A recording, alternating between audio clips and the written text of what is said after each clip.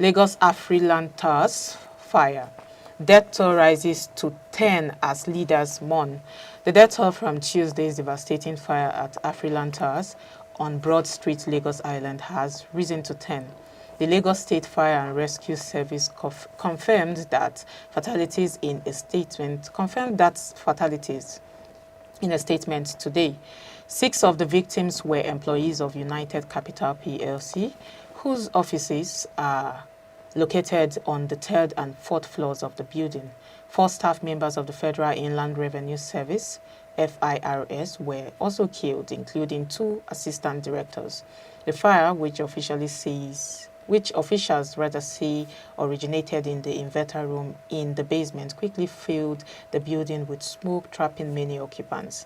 President Bola Tinubu has expressed deep condolences to the families of the victims, as well as to the management of Afriland Properties, FIRS, United Bank for Africa, and United Capital PLC. He praised emergency responders and called for improved fire safety measures nationwide. Governor Babajide Sanwo-Olu described the incident as tragic and pledged that the Lagos State government will strengthen prevention and response efforts to avert future occurrences. Former Labour Party presidential candidate Peter Obi also mourned the victims and sympathized with traders whose shops in nearby markets were affected. The Nigerian Labour Congress has called for a full investigation into the cause of the fire and compensation for affected families. United Capital PLC says it is planning a memorial service to honor the victims, while FIRS has promised to review safety measures across all its offices nationwide. First, I would say we are grieving. All of us are grieving. So it's grief and respect to the affected families of these people. But we know this pattern of fire disasters in particular in Nigeria points to a more broader issue. It points to repeated problems, lack of building safety, lack of proper, lack of proper buildings, proper infrastructure, and putting all the necessary preventive measures in place. I remember we had a fire service officer here who talked about people not, when people build houses, they do not think of all of these things. And he advised that people should bring architects, as you bring architects, rather, you call the fire service people, you consult with them so you know how to put all of these preventive tools in houses. So in cases of things like these fire disasters and all of this preventable tragedy, because I look at this like it is a preventable one. Because when you talk of if as they claim that the fire started from the inverter room, that only means that all of these things is a predictable hazard. Because when you have fuel, when you have batteries, when you have wires, when you have a whole lot of things compressed in one space, this is the result of it. Because they begin to heat. And when they heat, the next thing you see is fire explosion. So I think this is a preventable disease, and this comes out of poor maintenance.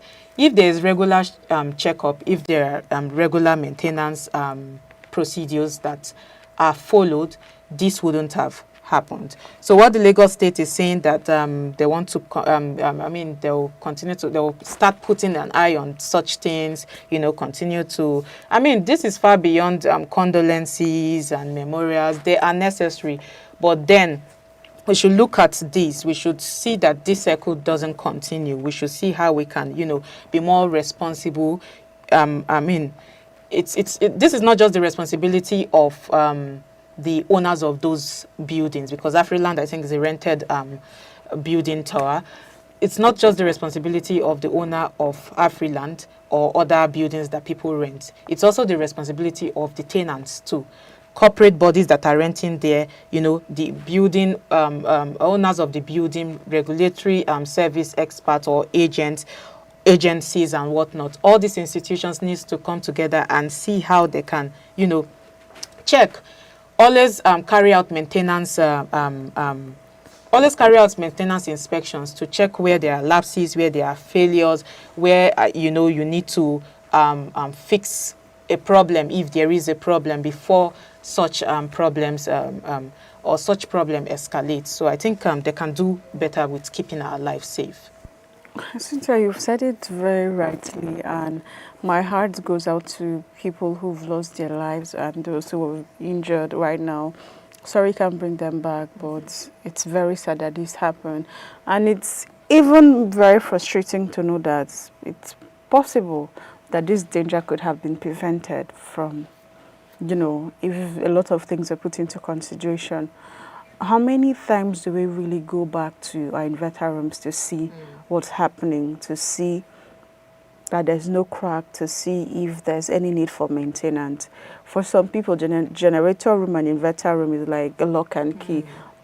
As long as you have power, as long as you have electricity, you do not need to go there and now see what we are experiencing. But there's something I'd like to point out from the video that we were watching. Excuse me. You could see the energy from Nigerians. You could see the unity of purpose. Nobody said, oh, this is not my brother, this is not my sister. Yes. People from all over gathered, bringing ladders. You could see some videos where they had beds and some things on the ground for people who were trying to escape to land on. That is the Nigerian spirit. The Nigerian spirit is very kind, is very brotherly, is very interested in saving a soul. And it will interest you to know that most of those people were just the normal street guys that people look down on, the normal agberos, as we call them. But you see that side of them.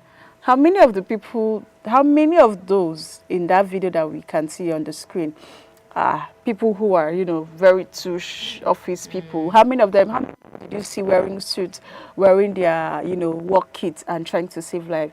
It was those people from the road mostly. I'm not seeing other people doing joining, but you can tell that